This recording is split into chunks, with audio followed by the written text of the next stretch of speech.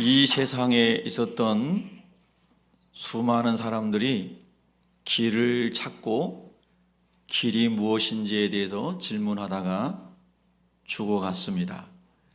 세상의 어떤 성인이나 종교의 교주도 내가 길이다, 내가 진리다 이렇게 말한 사람은 없었습니다. 오직 예수 그리스도만이 내가 곧 길이요 진리요 생명이다 이렇게 말씀하셨습니다. 우리 인간이 찾고 있는 질문에 대하여 예수님이 확실하게 대답을 해주셨죠.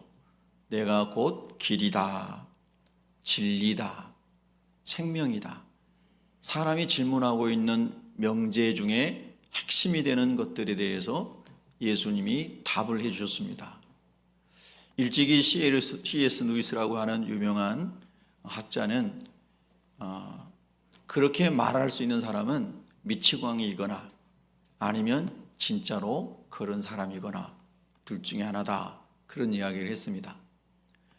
예수 그리스도가 미치광이가 아니고 그분이 말씀하신 대로 내가 길이고 진리고 생명이라고 하는 것을 증명해 보세요 라고 사람들이 되물은다면은 지난주에 우리가 아테네에서 전도하면서 사도 바울이 17장 31절에서 말씀하신 그것이 해답입니다. 예수님이 부활하셨다고 하는 것입니다. 그분이 생명의 주인이기 때문에 장사 지낸 바 되고 3일 후에 죽음을 이기고 예수님이 그가 말씀하신 대로 다시 살아나신 줄로 믿습니다. 그래서 예수님은 내가 생명이다라고 하는 말씀이 미친 사람으로서 한 것이 아니라 생명의 주인으로서 하신 말씀이라는 것입니다. 여러분, 우리 인생은 나름의 의미와 가치와 목적을 찾아서 사람들이 살아갑니다. 그런 많은 인생들의 이야기가 성경에 다 기록이 되어 있죠. 돈의 인생의 의미와 목적을 두고 살아갔던 삭개오 같은 사람의 이야기가 꽤 유명합니다.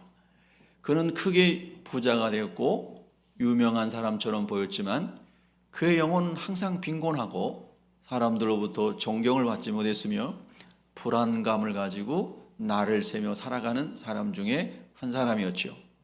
그가 예수 그리스도를 만난 다음에 이 세상의 돈보다 탈세하고 착취해서 부자가 되는 기쁨보다 예수님 안에 있는 진리를 깨달았을 때 얼마나 더 자유롭고 기쁜가 하는 것을 알게 되었고 그가 토색한 것을 4배 그리고 절반을 가난한 자에게 나눠주면서 예수님을 따라가는 사람이 된 줄로 믿습니다.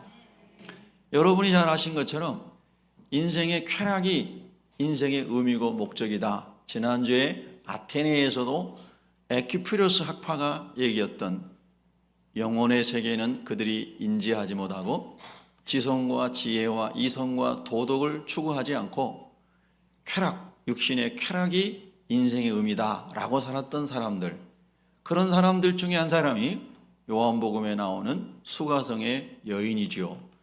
5번째 남편을 뒤로 하고 6번째 남편과 살고 있었는데 생의 기쁨과 의미를 찾지 못하고 방황하는 사람.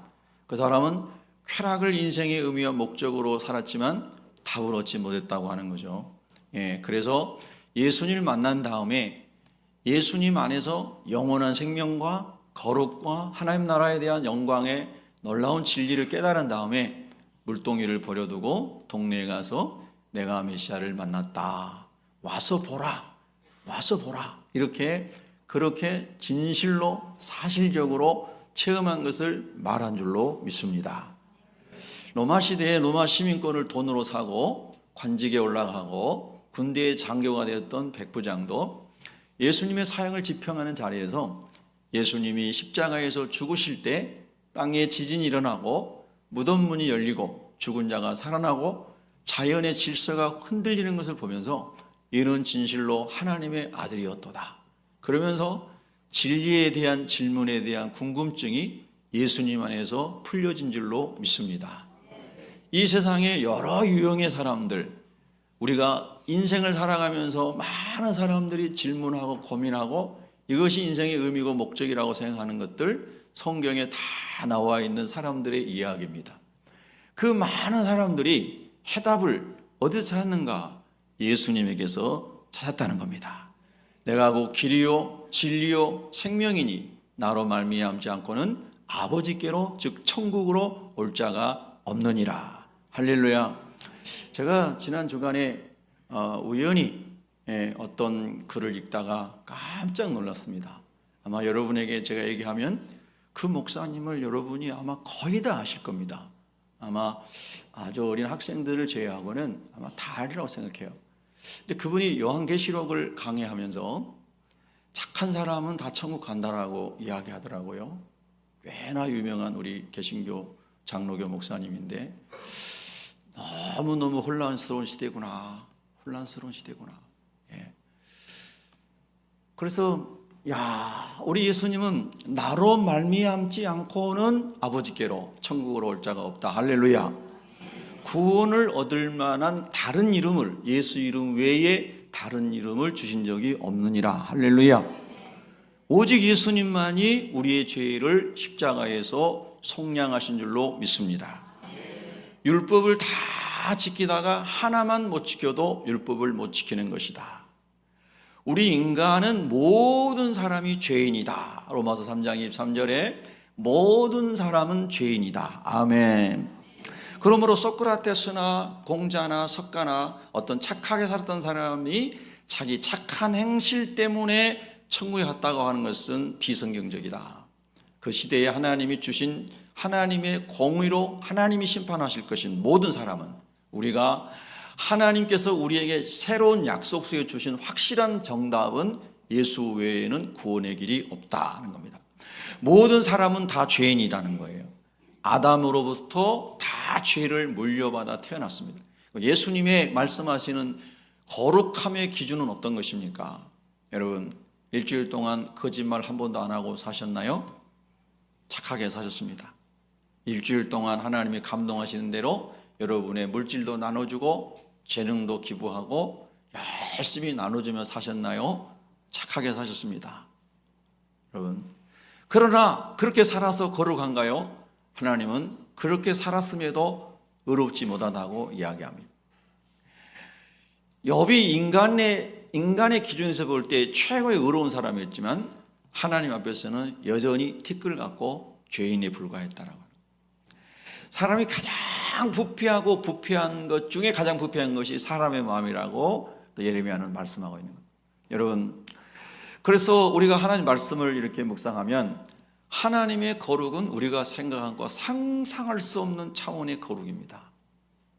저와 여러분이 한 번도 경험해 보지 못한 거룩, 그 거룩이 하나님 안에 있는 겁니다.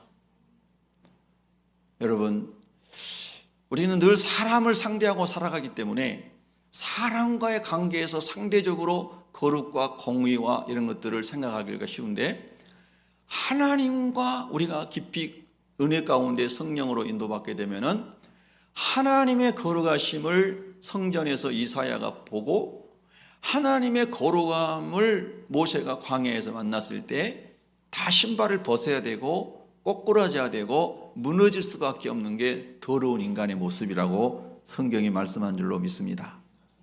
그러니까 우리가 아무리 착하게 한 주간을 살았다 하더라도 내가 선한 사람이라고, 내가 거룩한 사람이라고 말하는 순간 여러분과 저는 더 더러운 지경에 떨어지는 겁니다. 그래서 존 여슬리라고 하는 유명한 목사님은 말하기를 성령 충만하지 않은 상태가 타락이다 그랬습니다. 우리가 누구를 속이고 사기치고 음란한 짓을 하고 도둑질하고 이런 건 말할 것도 없지만 성령 충만, 지성과 감성과 의지와 모든 것이 성령의 완벽한 통치 아래 들어가 있는 것이 성령 충만함인데, 그 성령 충만함 안에 있지 않으면 전부 타락했다고 그랬어요. 그러니까 그 말씀은 하나님의 거룩함이라는 것이 얼마나 놀라운 차원인가 하는 것을 말하고 있는 겁니다. 그래서 예수님은 산상수훈에서, 마태복음 5장 이하에 나온 산상수훈에서 도덕의 기준을 하나님의 거룩에 맞춥니다. 너희가 여자를 보고, 반대로 너희가 남자를 보고 음욕을 품으면 뭐 했어요? 간음한 거예요. 요즘에 민사상, 형사상 아무 책임이 없어요. 그냥 속으로 품은 건데 아무도 몰라요. 그냥 들키지도 않아요. 근데 하나님 앞에서는 너는 이미 간음하였느니라. 간음하였느니라. 마태복음 5장 22절을 이하에 보면은 아까 28절의 말씀이고 22절에 보면은 형제에게 라가라는 자, 라카, 무식하고 못되고 못난 놈이다 이런 욕이에요. 지옥불에 떨어진다. 여러분, 하나님의 거룩한 기준은 우리가 감히 상상할 수 없는 놀랍고 놀랍다는 거예요. 여러분, 예수를 그리스도로 믿으세요? 하나님을 만나셨어요? 정말 이사야는 하나님 만났다고 생각했을 거예요. 그 선지자였잖아요. 나라가 풍정등화에 있을 때에 이사야는 성전에 가서 기도하는 남다른 열심이 있는 사람이었어요. 성전에 기도하다가 하나님의 영광을 목도하고 화로다 나여 망하게 되었도다. 나는 입술이 부정한 사람으로서 하나님을 배웠도다. 사람과 상대적으로 비교할 때 이사야 선지자는 거룩한 사람이고 공의로운 사람입니다. 하나님의 열심을 가진 사람이에요. 근데 그 하나님의 거룩 앞에 그가 있었고 하나님의 영광스러운 스랍들의 하나님의 영광을 돌리는 그 장면을 목도했을 때 내가 생각했고 내가 살아온 거룩이라고 하는 것은 더러운 걸레와 같은 것이구나. 성경에 나온 표현입니다. 그처럼 이렇게 타락한 인간이 하나님의 형상을 상실하고 전적으로 타락한 인간이 이렇게 더러운 것이구나 하는 것을 우리보다 훨씬 거룩하게 살았던 이사야가 체험한 것이라는 거예요. 동의가 되시면 아멘. 여러분, 우리가 신앙생활을 잘 하려면 성경이 말씀하시는 하나님을 깊이 알아야 되고 성경이 말씀하시는 예수 그리스도를 깊이 알고 그분을 닮아가기를 원할 때 신앙이 성숙해 되는 줄로 믿습니다. 설익은 수박처럼, 설익은 참외처럼, 설익은 과일처럼 아직 예수 그리스도로 성숙하지 못하고 하나님의 진리의 능력 안에 사로잡힌 못한 사람들로부터 우리가 더 많은 영향을 주고받고 살아갑니다. 그런데 마치 그 사람이 신앙의 모델인 것처럼 착각할 수가 있어요. 성경은 말합니다. 믿음의 주요 온전케 하시는 누구를 바라보자? 예수를 바라보자. 저와 여러분 항상 예수님께 초점을 맞춰야 됩니다. 예수님 더 알기 원합니다. 하나님 더 알기 원합니다. 아멘. 성경 속의 인물들 다 이런저런 인간의 욕망을 가지고 살아가는데 그 사람들의 공통점은 다 죽음 앞에 이르렀다는 것입니다. 아마 여러분보다 제가 그냥 생각하기에 꼭 그렇지 않을 수도 있지만 죽음에 대해서 제일 많이 생각하고 있는 사람이 제가 아닐까 감히 생각을 해봅니다. 하루에도 수도 없이 죽음을 생각합니다. 그건 제가 인생이 불안해서가 아니라 모든 사람은 죽음 앞에 서는데 사람들이 죽음 앞에 섰을 때에 죽음 너머에 있는 영벌과 영생, 지옥과 천국에 대한 해답을 가지고 저렇게 열심히 공부하고 저렇게 열심히 비즈니스를 하고 저렇게 열심히 취미생활을 하고 살아가는 것일까? 이 질문을 늘 던지며 살아갑니다. 길거리에서 전도할 때뿐만 아니라 성도를 위해 기도하고 성도 여러분의 가정의 불신 영혼들을 위해 기도할 때도 항상 그 문제가 어쩌면 제가 거룩한 근심으로 눌릴 정도로 죽음과 그리고 그리스도의 생명의 복음에 대해서 늘 생각하고 기도하고 질문하고 살아간다는 겁니다. 여러분 어떠십니까? 여러분이 이 예배를 드리러 오실 때 그리고 예배를 드리고 나가신 후에 여러분의 생각 속에 마음 속에 언어 속에 제일 많이 떠오르는 것은 어떤 것입니까? 그것이 여러분의 인생입니다. 그것이 여러분의 추구하는 목적인 거죠.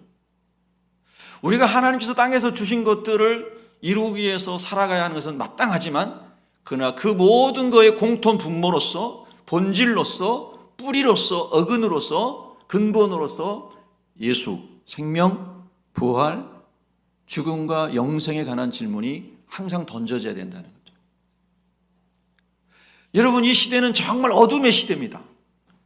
수많은 미혹하는 영들이 판을 치던 시대입니다. 제가 그 목사님에게 누가 될까봐 이름은 말하지 않았습니다만 여러분 이름 따르면 깜짝 놀랄 겁니다. 지금 너무너무 충격이었어요. 그것도 CTS 방송에서 강론하면서 그 얘기를 하더라고요. 너무 놀랐어요. 착하게 살아도 천국 간다. 그럼 예수를 왜 믿어요? 제가 여러분 늘 말씀드리지만 착함의 기준이 어디에 있어요? 착함의 기준이 어느 정도 착해야 천국에 가는 거예요.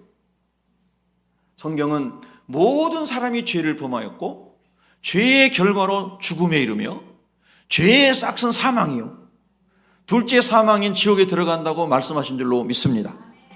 하나님의 은사는, 하나님의 선물은, 은사가 선물이죠. 하나님의 은사는, 하나님의 선물은 그리스도 예수 우리 주 안에 있는, 오직 예수 그리스도의 보혈의 은혜 안에 있는 영생이니라. 믿으시면 아멘. 여러분 너무나 단순하고 당연한 것 같지만 이 시대에 많은 미혹의 영이 목회자를 미혹하고 성도들을 미혹하고 있더라는 거예요. 그 사람이 그 이야기를 한 걸 보니까 그것을 들은 사람이, 그 영상을 본 사람이 10만 명이 넘어요. 얼마나 많은 영혼들이 미혹됐을까? 얼마나 많은 영혼들이 미혹됐을까? 여러분 오직 예수, 오직 예수, 오직 예수입니다. 할렐루야. 예수님 외에는 우리의 죄를 용서해 주시기 위해서 대속 제물이 되신 분은 아무도 없습니다. 그 이전 시대의 사람은 어떡하냐? 완전하신 하나님이, 완전한 하나님의 기준으로 판단하실 것입니다. 성경에 나온 그대로, 로마서 1장 19절 20절 나온 그대로. 그것은 우리의 알 바 아닙니다. 하나님이 완전하게 하나님의 공의로 심판하실 것입니다. 하나님을 알 만한 것을 다 두셨다고 했기 때문에, 하나님을 여러 방법으로 다 계시해 주셨다고 하셨기 때문에 우리의 생각으로 판단하지 말아야 돼요. 아멘. 다만 우리에게 지금 중요한 것은 예수 그리스도를 그리스도로 믿음으로 말미암아 나의 죄가 용서되고 하나님의 자녀가 되는 이 유일한 진리를 확고하게 붙잡으시기를 축복합니다. 이걸 확실하게 체험했던 사도 바울은 밭에 감추인 보화를 발견한 사람처럼 그 보화이신 예수 그리스도를 만난 다음에 모든 것을 다 팔아서 밭을 산 사람처럼 그의 지식과 그의 가문과 그의 학벌과 그의 포지션과 이 모든 것을 다 배설물로 여기고 내가 그리스도를 더 알기 원합니다. 내가 그리스도 안에 있기를 원합니다. 그리스도가 내 안에 풍성히 거하기를 원합니다. 그 사도 바울이 부활하신 주님 만나고 성령 세례 받고 하나님 나라를 보고 하나님 영광을 경험하고 그리고 사도 바울이 일관되게 나가 전했던 것이 바로 예수가 그리스도십니다. 예수가 그리스도십니다. 예수만이 부활하셨습니다. 믿으시면 아멘.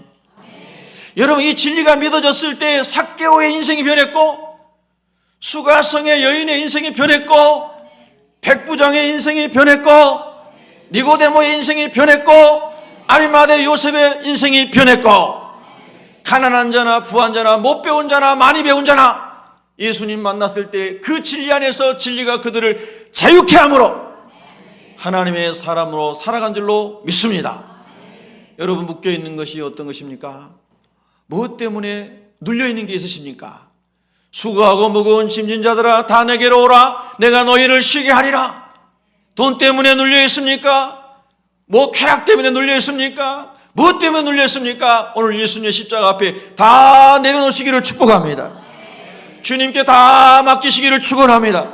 너희 염려를 다 주께 맡겨버리라. 우리가 맡겨버리는 것은 우리가 할 일입니다. 맡겨버리면 주님께서 여러분에게 자유함을 주실 줄로 믿습니다. 이 은혜를 체험한 사람이 사도 바울이고 이 은혜를 체험한 사람이 실라고 디모데고 바울을 따라다니며 바울의 행적을 오늘 누가복음 사도행전을 다 기록했던 누가라는 의사 요한이었습니다. 하나님께서 하나님의 세계를 보여줬을 때에 일치되게 하나님의 세계를 경험한 사람들은 이 땅이 아닌 하나님 나라의 비전을 가지고 살아간 것을 기쁨으로 여긴 줄로 믿습니다. 사랑하는 우리 예배자들, 우리 성도 여러분, 그 예수님을 꼭 만나시기를 주의 이름으로 축복합니다. 이단과 사이비가 우글우글하는 이 세대 속에서 이단에 넘어가지 않도록 오직 나사렛 예수 그리스도의 십자가와 부활의 복음을 붙잡으시기 바랍니다. 다른 거 다 몰라도 좋아요. 성경을 어떻게 다 알겠습니까? 저도 성경을 다 알지 못해요.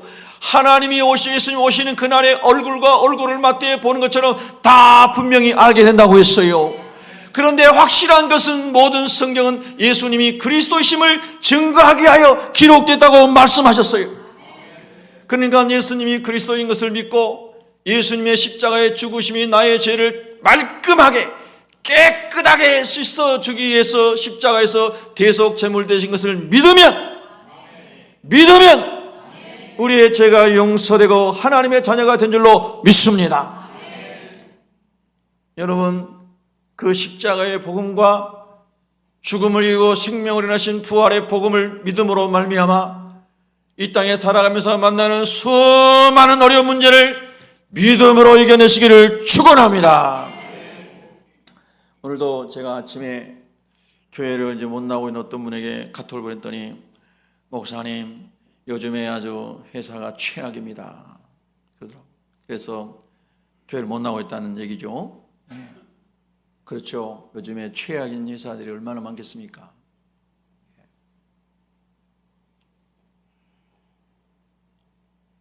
최악인 사람, 최악인 환경에 있는 사람들이 얼마나 많겠습니까, 여러분? 성경에 그런 사람들의 얘기가 다 나옵니다. 그래서 내가 성도님을 위해서 기도하고 있습니다. 힘내세요. 예배 오세요. 힘들고 어려울수록, 파산당하고 앞이 하나도 안 보일수록 예수님께 나가면 길이 있습니다. 사실 우리 인생의 큰 문제는 마음의 문제입니다. 마음을 어떻게 가지고 있느냐가 너무 중요해요. 여러분이 잘 아시는 것처럼 인류 역사에 보면은, 근현대사에도 보면은 서방뿐만 아니라 우리나라에도 연예인으로 성공한 사람, 영화배우로 성공한 사람, 정치가로 성공한 사람, 사업가로 성공한 사람, 교육가로 성공한 사람, 지성인으로 알려진 사람, 수많은 사람이 총기 자살하고 음독 자살한 거 아시지 않습니까? 보통 사람들이 평생을 추구하는 모든 것을 다 가지고 있는 사람들도 참된 진리이신 예수를 만나지 못했고 영혼의 영원한 평안을 주는 하나님 나라의 소망을 갖지 못했기 때문에 이것만 얻으면 내 인생이 평생 내가 정말 기쁘고 좋을 거야 생각하고 너무너무 힘든 과정을 거쳐서 이렇게 저렇게 저런 모양으로 성공했는데도 영혼의 공허함을 채울 수 없었다는 거 아닙니까? 그래서 술에 취하고 알코올 중독자가 되고 마약을 먹다가 죽게 되고 심지어는 그것도 괴로워 스스로 총기 자살하는 일들이 역사에 얼마나 많았습니까? 여러분, 행복은 예수가 주인 되고 예수가 생명이 되고 예수가 소망이 되고 예수가 영원한 하나님의 자녀는 축복을 주시기를 확실히 믿어질 때에 땅의 것과 비교할 수 없는 영광스러운 소망과 축복을 예수 안에서 선물로 주신 것이 믿어질 때에 여러분의 영혼의 자유함이 찾아오고 평강이 찾아올 줄로 믿습니다. 땅에 살아가면서 굴곡 없는 사람이 얼마나 있겠습니까? 혹시 여러분 주변에 더디 몇 명이라도 그런 사람이 있을지 모르겠습니다만, 그러나 대부분의 사람들은 인생의 고난을 겪고 살아갑니다. 대부분의 사람은 고통이 없는 사람이 없습니다. 그런데 이 마음에 하나님으로 충만해지면, 예수님으로 충만해지면 절대 소망이 예수님으로부터 솟아난 줄로 믿습니다. 수가성의 여인의 이야기가 그겁니다, 여러분. 내 속에서 영생하도록 솟아나는 샘물 같은 예수의 생명이, 예수의 소망이 그 여인의 가슴에서, 그 여인의 마음에서 솟아 넘치게 된 줄로 믿습니다, 여러분. 그 예수님을 만나십시오. 그 예수님을 만나십시오. 그 예수님을 만나기 전에는 인생은 끝없이 방황하게 될 것입니다. 그 예수님을 만나기 전에는 여러분의 환경에 따라서 부초처럼 떠밀려 다니게 될 것입니다. 그러나 그 예수님을 만나면 여러분의 영혼의 닻이 깊이 드리워져서 절대로 풍파에 떠밀려가지 않고 예수 그리스도 안에 보호받고 예수 그리스도 안에 소망을 가지고 예수 그리스도와 함께 천국까지 승리하게 될 줄로 믿습니다. 사랑하는 성도 여러분, 그 예수님을 만나십시오. 그 예수님이 최고의 행복이 되고 그 예수님이 최고의 기쁨이 되도록 주 예수를 만나십시오. 예수님, 나는 죄인입니다. 이 시간 예수님을 내 마음의 구주로 모셔드립니다. 내 안에 오셔서 내 삶의 주인이 되어주시고 내가 주인 됐던 모든 것을 내려놓게 하시고 예수님을 주인 삼고 예수님과 소통하며 예수님과 기도하며 예수님 말씀 따라 살아갈 수 있도록 주님 내 안에 주인으로 자정하여 주시옵소서. 성령님 내게 오셔서 예수님을 영으로 만나게 하여 주시옵소서. 육은 무익합니다. 영이 생명입니다. 영이 영원한 것입니다. 예수의 영으로 충만하게 하여 주시옵소서. 할렐루야. 그렇게 여러분이 영적으로 예수님을 만나면 영혼의 평안이 찾아옵니다. 여러분이 잘 알고 있는 D.L. 무디나 스펄전이나 이런 사람들은 전부 가정이 어렵고 정규 교육을 받지 못하고 다 남의 가게에 가가지고 쓸고 닦고 하는 청소부고 이런 사람들이었습니다. 그런데 하나님의 말씀이 임하고 하나님의 성령이 임하니 한 세대를, 한 세계를 뒤집는 수많은 지성인과 수많은 갑부들과 수많은 영향력이 있는 세상의 포지션이 있는 사람들을 뒤집어버리는 이런 능력의 사람들로 하나님께서 쓰신 줄로 믿습니다. 이거 뭘 말하는 겁니까? 그 사람들 우리 말하는 국민학교도 안 나온 사람들인데 어떻게 옥스퍼드, 스탠퍼드, 수많은 명문 대학을 나온 엘리트들을 다 뒤집을 수 있습니까? 하나님의 영이, 하나님의 성령이 그들 안에서 역사했기 때문인 줄로 믿습니다.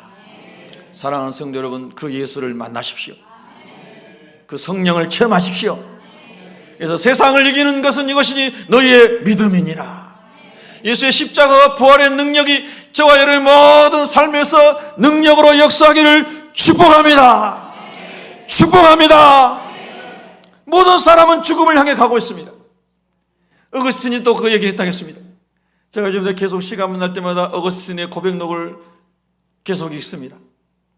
여러분도 읽으셨죠? 학생 때도 읽으셨고, 어거스틴의 고백록에 보면 정말 그가 태어나기 전부터 내 생명이 어디서 왔을까? 내가 살아가고 있는 삶을 어떻게 살아야 될까? 그는 이단 만유교에 빠져가지고 아까 에퀴프로스 학파처럼 온갖 음탕한 짓을 하고 이 여자 저 여자에게서 자식들을 낳고 방황한 삶의 모델이었습니다. 그런데 그의 어머니 모니카가 늘 기도했다 하지 않아요? 그래서 유명한 말이 나왔습니다. 어머니의 눈물의 기도는 절대로 자식을 망하게 않게 한다는 거예요. 눈물의 기도는 반드시 하나님 역사가 일어난다는 거예요. 할렐루야. 중세 시대가 아닌 4세기 5세기에 주교가 한 말입니다. 여러분이 이거 분별을 잘 하셔야 되는데 1054년에 서방 캐톨릭, 로마 캐톨릭과 동방 정교회가 분리가 됐어요.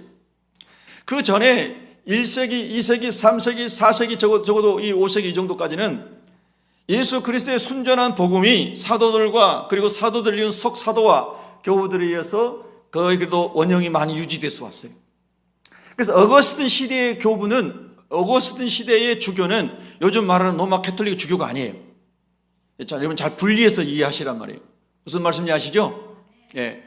그래서 암브로시우스라든가 이런 사람들의 설교를 듣고 어거스틴이 감동을 받고 막 그래요. 그러니까 하나님의 감동을 받고 소년들의 이야기 속에서 로마서 13장 읽어보고 하나님의 은혜 그리고 어머니의 눈물 어린 기도 때문에 어거스틴이 만이교가 잘못됐구나 하고 깨닫고 그 이단 사이비 만이교를 싹 버리고 예수님께로 돌아오는 겁니다.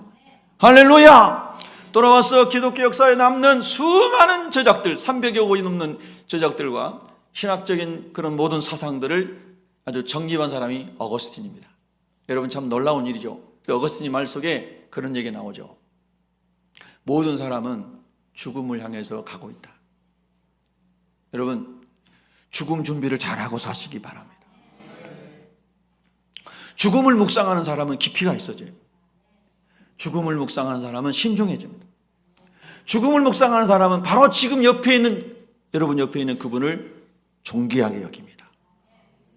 아멘. 바로 여러분 옆에 있는 그 사람을 존귀하게 여겨.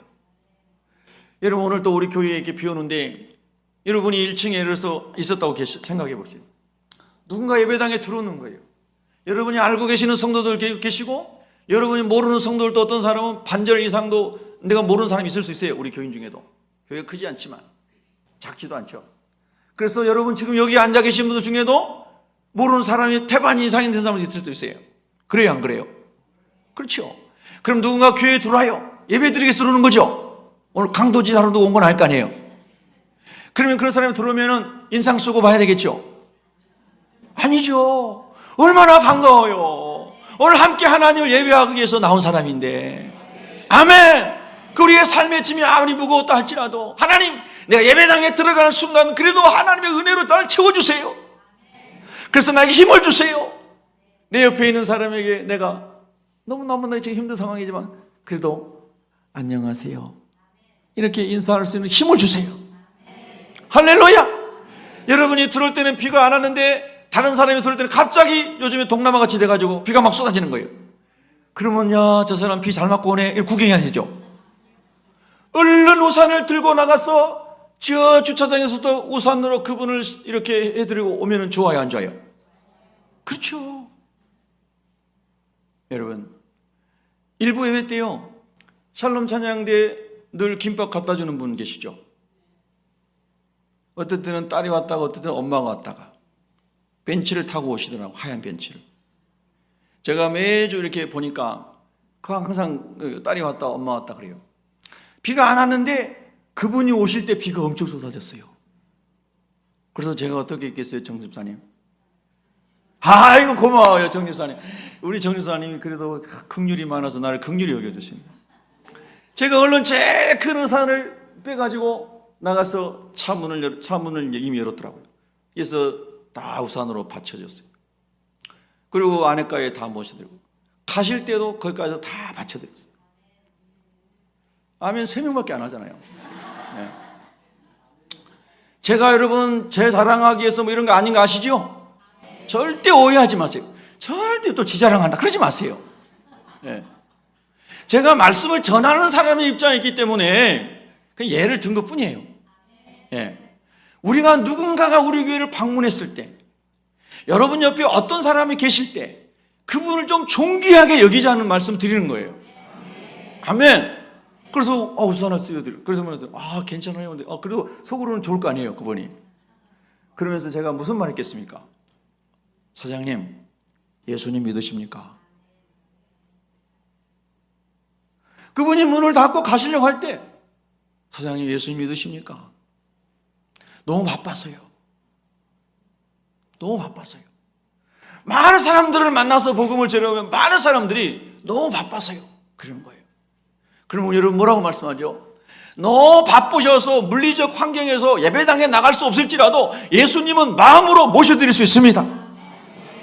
예수님 마음으로 구주로 믿을 수 있습니다. 할렐루야. 그 예수님 전해야 되는 거예요. 주중에 사무실에 있다 보니까요 저 앞에 다리 공사하는 데서 어떤 아주머니가 헬멧을 쓰고 오셨어요. 왜 오셨을까요? 예, 여러분 잘 아시네요. 네, 우리 교회가 참 좋은 교회예요. 공공 화장실이 있잖아요. 거기서 일하시는 분인데 화장실을 좀 사용하고 싶던데 그래 여자분이라 좀 그렇긴 했지만은 제가 남자이다 보니까 그래서 조심스러우니까 그래서 예, 알겠습니다. 그래서 이제 저 안에 화장실이 있습니다. 이렇게 얘기했죠? 어떻게 했어요? 여자 화장실 앞에까지 다 모셔드리고. 얼마나 우리 교회 화장실 들어가기 어려워요. 미로잖아요. 네? 성령의 인도하심 필요한 곳이에요. 그래가지고 여기가 화장실입니다. 언제든지 오셔서 사용하세요. 동료들도 오셔서 사용하세요. 커피도 마음껏 빼 드세요. 물도 마음껏 드세요. 여러분 우리가 교회 올 때 적어도 하나님 세상에 우리 너무 지치고 힘들었지만은 그래도 교회 올 때는 아버지의 마음으로 채워지기를 원합니다. 예수로 채워지기를 원합니다. 그렇게 기도하고 주님 나 좀 도와주세요. 나 너무 힘들어요. 교회 가기 너무 힘든데 그래도 교회 가야 100마디 말씀 중에 한마디로 내가 내 영에 들어와야 살겠으니 내가 주님 앞에 갑니다. 하나님 불쌍히 여겨주세요. 아멘. 그리고 주님 앞에 보면요, 주님이 마른 막대기가 말해도 은혜가 되게 하는 거예요. 마른 막대기에서도 살구꽃이 피게 하고 열매 맺히게 하시는 거예요. 아멘, 할렐루야. 여러분, 이렇게 하나님을 경험하고 체험하고 나니까 사도 바울이 견딜 수가 없는 거예요. 하나님의 은혜와 사랑이 그를 강권했어. 바울이 그러잖아요. 하나님의 그리스도의 사랑이 나를 강권하시는도다. 오늘 말씀 속에서는 실라와 디모데가 저 위에 마게도냐에서 고린도로 내려왔는데 그 동역자들이 내려온 것을 보고 사도 바울이 하나님의 말씀에 붙잡혀, 할렐루야, 하나님의 말씀에 붙잡혀, 하나님의 사랑이 강권하신다는 표현과 하나님의 말씀이 붙잡혔다, 강권하신다, 붙잡혔다, 이런 말씀이 같은 의미를 가지고 있는 말씀인 거예요. 하나님의 사랑, 그리스도의 사랑, 십자가의 사랑이 저와 여러분을 붙잡고 강권하는 시간이 되기를 축복합니다.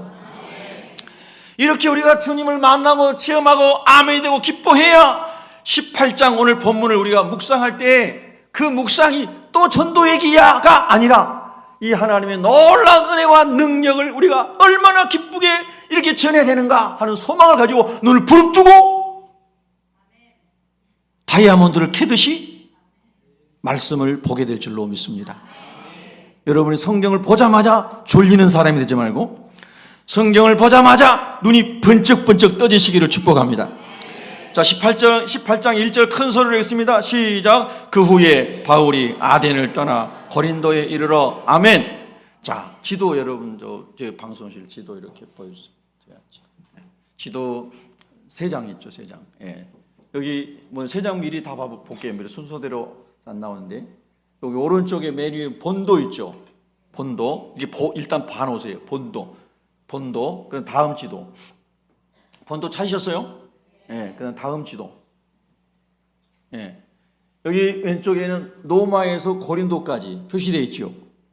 로마에서 왼쪽 끝에 로마에서 오른쪽 밑에 고린도까지. 그다음 다음 지도요. 다음 지도.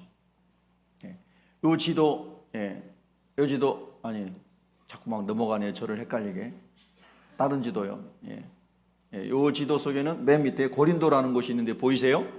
자, 이 지도를 놓고 보면 저 위에 빌립보 드로아에서 환상을 보고 배를 타고 에게를 건너가서 네아폴리 항구에서 도착해서 빌립보의 교회를 세우는데 빌립보 교회 세울 때 하나 예비한 사람이 루디아와 그의 식구들 다 예수 믿게 했죠. 할렐루야. 그 내려와서 데살로니에 가서 복음을 전하고 쫓겨나고 그 다음에 베레아에 갔더니 베레아 사람들은 신사적이어서 말씀을 상고하고 하다가 믿는 사람이 많아졌죠. 베레아에서 남쪽으로 쭉 내려와서 우리가 지난주에 묵상한 아테네에 갔는데 아테네는 3만 개 이상의 신들이 있고 수많은 신상이 있는데 그곳에서 사도 바울이 복음을 전하다가 또 어려움 당하고 그 다음에 고린도로 내려왔어요. 오늘 우리 고린도를 보는 거예요. 고린도. 자, 이 고린도는 당시에는 대단한 도시였어요. 그리스의 항구 도시로 상업과 무역이 번창했고요. 그리고 동서 문화와 종교의 혼합을 이루었는데 그만큼 문화가 이제 교차가 많았다는 적이기도 하고요. 그리고 아우구스투스 황제 시대에는 아가야 지방의 수도였고요.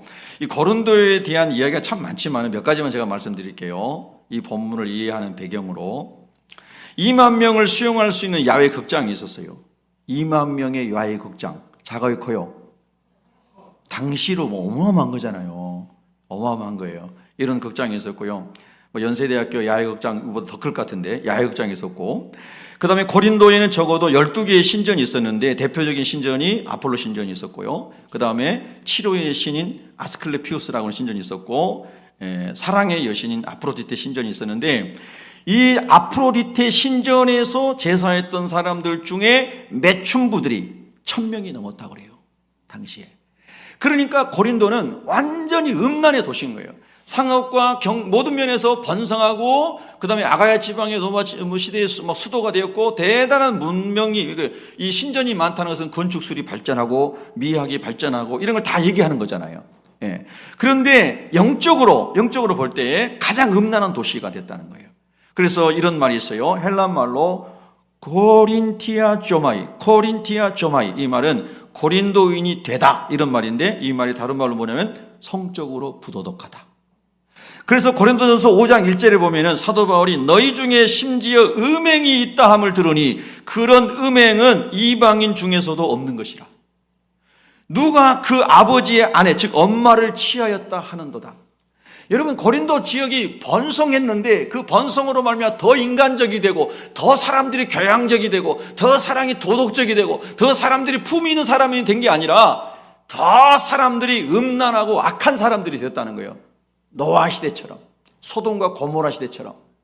그런데 이때에 사도 바울이 그 고린도에 교회를 세웠는데 이 교회에 고린도 교회에 보낸 나중에 편지 보면 고린도 교회에 들어온 성도들이, 교회 안에 있는 교인들이 아직 교인이 안 된 고린도 지역에 있는 이방인들보다 훨씬 더 음란했다는 거예요. 여러분, 너무 놀랍잖아요. 너무 무서울 정도로 놀랍잖아요.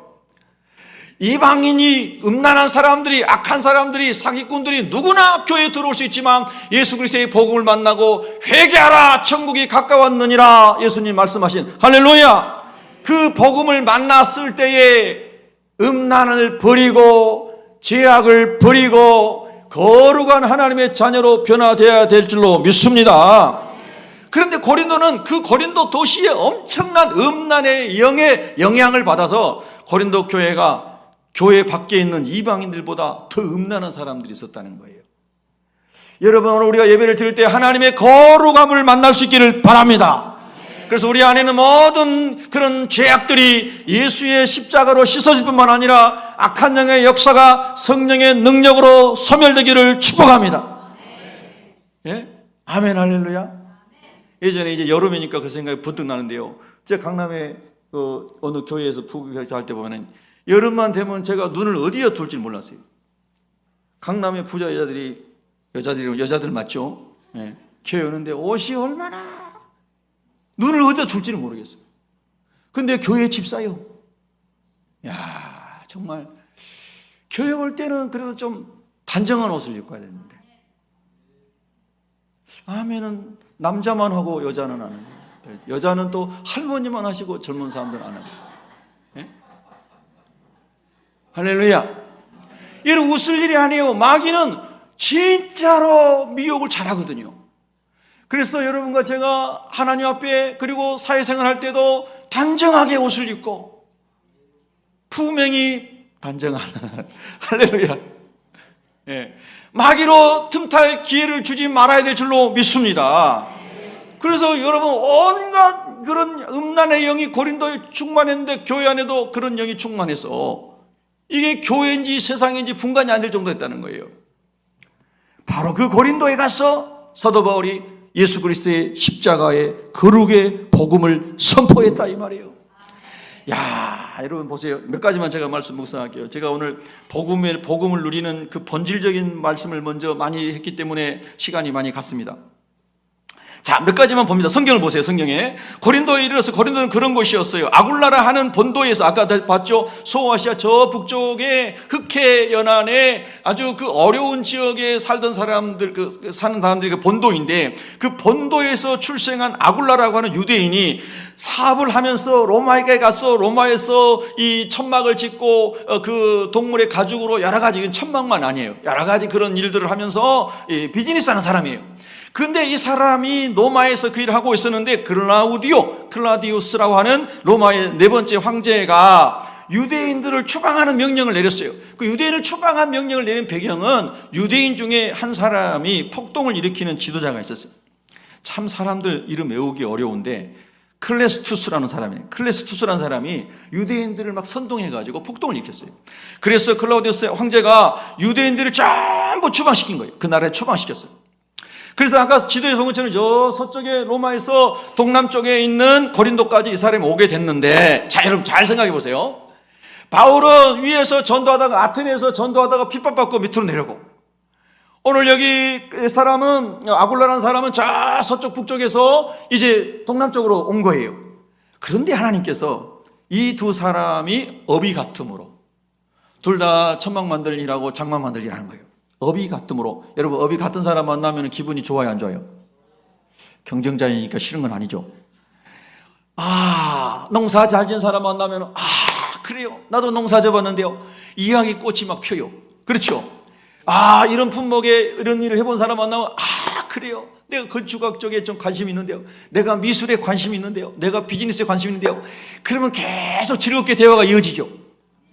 여러분, 우리 하나님께서 바울을 쫓겨와서 여기 고린도에 있는 바울을 위로하시기 위해서요, 저 멀리 서북 쪽에 있는 로마에서 아굴라를 보내는 거예요. 아굴라와 브리스길라 다른 말로 브리스가라고 그랬죠. 브리스길라를 보냈어요. 근데 이 사람이 왔는데 업이 같아요. 그래서 3절에 보니까 함께 살며 일을 했다. 이야, 하나님의 말씀을 따라 성령을 따라 살아갈 때 쫓겨난 것 같아도 하나님의 동역자들을 예비해 주시고, 자 멀리서 불러다가 같은 업종의 사람과 같이 살고 자고 하면서 복음을 전하도록 하나님이 도우신 줄로 믿습니다.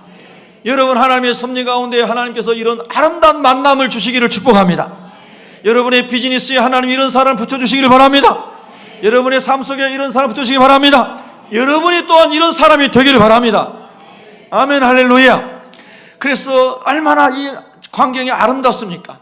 하나님 아버지, 맞습니다. 때마다 일마다 하나님이 예비하신 일들이 일어나게 해 주시옵소서. 하나님의 뜻을 따라 하나님 나라 의를 먼저 구하고 살아갈 때 하나님 언제나 나의 인생을 이렇게 열어줄 줄로 믿습니다. 이런 믿음이 지금 부어지기를 축복합니다. 넘어갑니다. 그래서 4절에 보면 두 번째 우리가 묵상하고자 하는 것입니다. 안식일마다 바울이 회당에서 강론하고 유대인과 헬라인을 권면하니라. 정기적으로 규칙적으로 바울과 그의 팀이 전도한 것을 볼 수가 있습니다. 여러분, 우리가 범사의 생활 속에서 삶으로 나타내고 입술로 예수님을 전하지만은 또 여러분이 목장에서, 여전도에, 남전도에서, 사역팀에서, 또 여러분 주변에 어떤 아는 사람들과 함께 정기적으로 전도하는 시간을 여러분이 그렇게 확보하면 좋습니다. 아멘. 4명 한 것 같습니다. 확보하면 좋습니다. 이제 한 몇십 명 한 것 같습니다. 여러분, 정말 그렇습니다. 하나님, 우리가 규칙적으로 함께 모이고 함께 기도하고 함께 전도하고 함께 예배하는 거룩한 습관이 생기게 하여 주시옵소서. 굉장히 중요해요. 여러분, 이 거룩한 습관은 너무 중요한 겁니다. 제가 웬만하면 너무 많이 해서 얘기 안 하려고 했는데 또 나오네요. 전도하는 우리 목사님들 모임 2명이 시작했는데 이제 64명이 됐는데, 지난 목요일에 우리 교회에서 한 70여 명 모여가지고 선교사님 모시고 일일 풍요하고, 그래 50분 동안 통성기도 하고, 얼마나 은혜스러운지 몰라요. 비 엄청나게 쏟아졌거든요. 목요일날 우리 권사님들이 헌신하셔서 닭 100마리 사다가 삶아서 삼계탕 대접하고. 할렐루야. 근데 제가 이 말씀을 드리는 이유는 규칙적으로 매주 화요일 목요일은 전도한다는 거예요. 비가 오나 눈이 오나. 아멘. 하나님, 우리가 물론 병들어가지고 못할 때도 있지만은, 그러나 하나님, 내가 오늘 쉬고 싶을 때도 있지만은, 그러나 약속해서 오늘 몇 시에 어디서 모여 전도합니다, 어느 길거리 전도합니다, 이 약속이 너무나 중요하다는 거예요.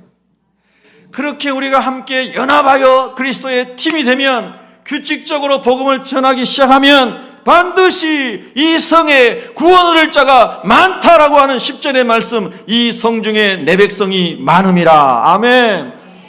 하나님이 살리실 사람들이 여러분의 팀을 통해서 일어나게 될 줄로 믿습니다. 그래서 규칙적으로 전도를 했고, 사람들이 모이는 곳에 전략적으로 회당에서 전도했고, 말씀을 가르치고 권면하고 강론하고 권면하는 일을 했습니다. 여러분, 이제 예수님을 믿은 지 그래도 몇 년 이상 되신 분들은 하나님의 말씀을 다른 사람에게 가르칠 수 있도록 말씀을 잘 배우고, 내가 전도한 사람을 내가 그 다음에 오늘 성경에 나온 것처럼 1년 6개월을 고린도에 머물며 고린도 교회를 세우고 양육했다고 그랬는데, 하나님, 내가 전도한 사람을 내가 지금까지 배워온, 주일학교 때 배워온 하나님 말씀을 가지고 열심히 하나님 아버지 그 사람을 양육할 수 있도록 도와주시옵소서. 그래서 성경을 매일 큐티해야 되는 거예요. 여러분, 매일같이 큐티를 일용할 양식을 먹기 위해서 하게 되면 그 말씀을 가지고 나누고, 또 그 말씀으로 권면하고, 그 말씀을 갖고 기도하면 계속 그 영혼이 자라나게 될 줄로 믿습니다. 자라나게 될 줄로 믿습니다. 그래서 오늘 이렇게 양육을 1년 6개월 동안 지속적으로 하는 사도 바울의 삶을 통해서 하나님, 우리도 말씀으로 자녀들을 잘 양육하게 하시고 성도들을 잘 양육하게 하여 주시옵소서. 아멘, 할렐루야. 자, 이뿐만이 아닙니다. 그리고 이제 5절에 보니까 실라와 디모데가 위에서 내려왔습니다. 그럴 때 5절에 보니까 마게도냐로부터 내려오는데 바울이 하나님의 말씀에 붙잡혀 유대인들에게 예수는 그리스도라 밝히 증언하더라. 분명하게 선명하게 확신 있게 증언하더라, 이 말이에요. 여러분, 믿음의 동역자가 이렇게 힘이 되는 겁니다. 이렇게 힘이 돼요. 여러분이 서로에게 그런 하나님께서 은혜 주시는 힘을 주시는 동역자가 되기를 위해 기도하시기 바랍니다. 목장에서도 목자에게 내가 힘이 되어야 되겠다. 우리 교구장님에게 힘이 되어야 되겠다. 여전도에서도 남전도에서도 힘이 되어야 되겠다. 함께 모인 것이 능력이 되기를 바랍니다. 함께 모일 때 내기하고 내주장하고 내고집 부리면 절대 거기서 하나가 될 수 없어요. 하나님의 말씀으로만, 성령의 능력으로만 붙잡아 달라고 기도하면 하나님이 역사할 줄로 믿습니다. 그래서 두 사람이 바울에게 큰 힘이 되었습니다. 저는 여러분에게 여러분의 신앙생활에 여러분 요청할 때 여러분에게 힘이 되는 사람이 되고 싶고, 여러분도 여러분 주변에 같은 신앙생활하는 형제 자매들에게 꼭 이렇게 힘이 되는 사람이 되도록 기도하시기 바랍니다. 하나님, 난 저 사람 보면 교회 가기 싫어요. 저 사람 보면요 나는 정말 힘들어요. 이런 사람이 아니라, 하나님, 나는 저분만 보면 힘이 나요. 아멘. 저 옆 사람인데 여러분 아멘 안 하니까 옆 사람 인사시키겠습니다. 옆 사람 쳐다보고 성도님만 보면 힘이 납니다.